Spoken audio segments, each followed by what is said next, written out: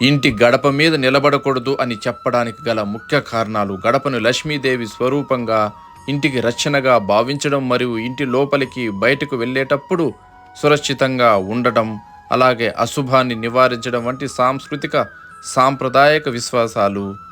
లక్ష్మీ స్వరూపమైన గడపను ఇంటికి ఐశ్వర్యానికి, లక్ష్మీదేవికి ప్రతీకగా భావిస్తారు.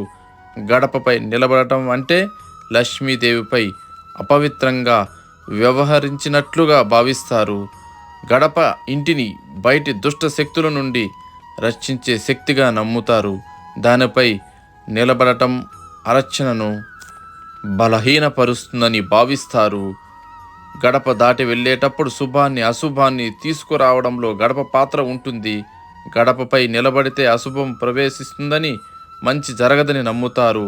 ఇది తరతరాలుగా వస్తున్న ఒక సాంస్కృతిక సాంప్రదాయం.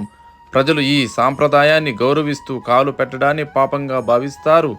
ఈ కారణాల వల్ల గడపపై నిలబడటం మంచిది కాదని, ఈ సాంప్రదాయాన్ని పాటించడం ద్వారా ఇంట్లో ఐశ్వర్యం, సంరక్షణ, శుభం ఉంటాయని నమ్ముతారు.